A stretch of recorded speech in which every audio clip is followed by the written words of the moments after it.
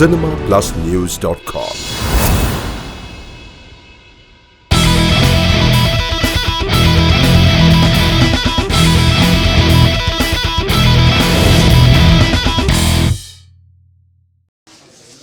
Ladies, வணக்கம்மா, நல்லா இருக்கீங்களா?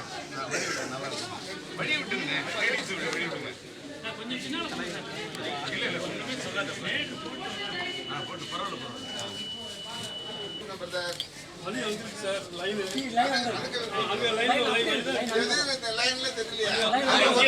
ஒருத்தர்க்கா எங்க எல்லாரும் எடுத்தீங்களா?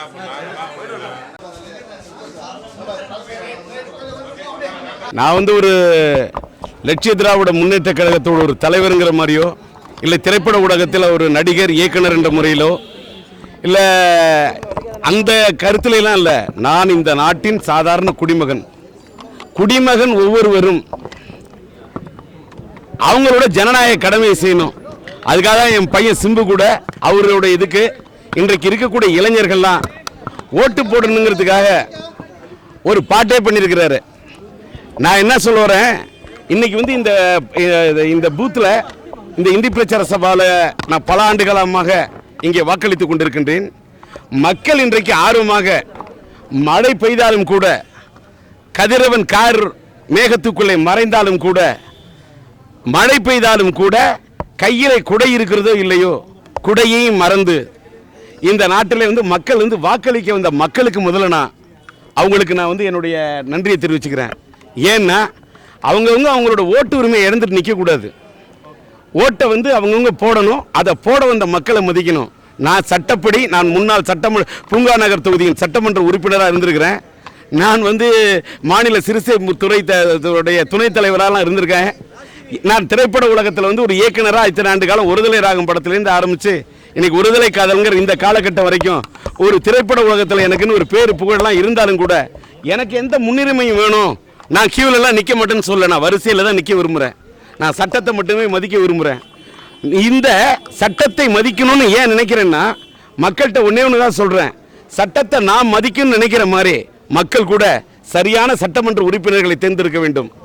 இன்னைக்கு நாட்டில் ஜனநாயகம் இருக்குதா பணநாயகம் இருக்குதா அப்படிங்கிற மாதிரி ஒரு பெரிய பட்டிமன்றம் நடந்துகிட்டு இருக்குது. எங்கே பார்த்தாலும் ஜனநாயகமா பணநாயகமா, பணம் பட்டுவாடா செய்யப்படுகிறது, மக்களுக்கு பணம் கொடுக்கப்படுகிறது அப்படிலாம் சொல்லும்போது எனக்கு என்னமோ வாக்காளர்களை கொச்சப்படுத்துற மாதிரி ஒரு ஃபீலிங் இருக்கு.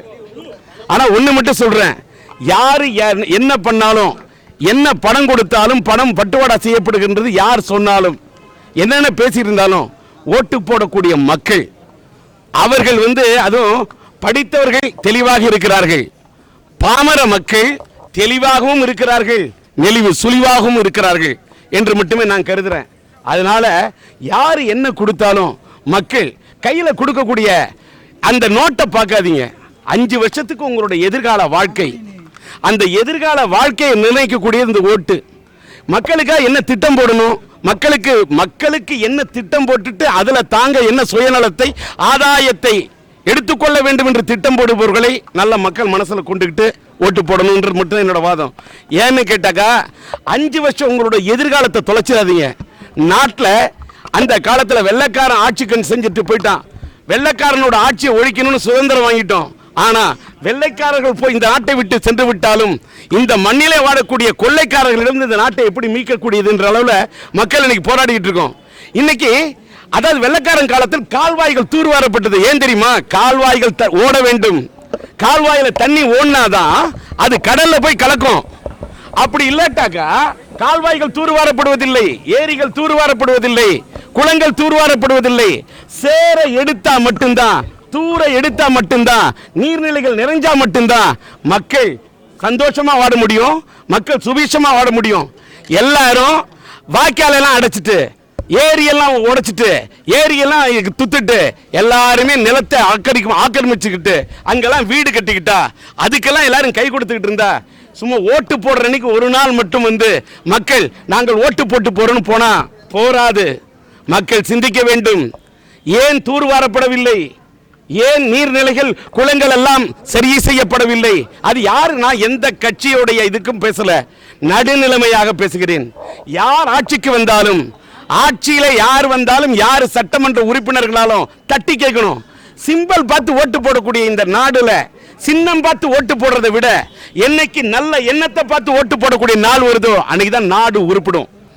யார் ஓட்டு எலெக்ஷன்ல யார் நிற்கிறார், யார் வேட்பாளர், அவரோட தகுதி என்ன என்பதெல்லாம் தெரிந்து கொள்ள முடியாமல் இன்றைக்கு நாட்டில் ஒரு தேர்தல் நடக்குதுன்னு சொன்னா இதெல்லாம் சிந்திக்கப்பட வேண்டிய விஷயம். இவையெல்லாம் என்றைக்கு களையப்படுகிறதோ அன்றுதான் இந்த நாடு முன்னேறும். அப்படிப்பட்ட ஒரு நாள் வர வேண்டும் என்று எல்லாம் வல்ல இறைவனை பிரார்த்தனை பண்ணுகிறேன்.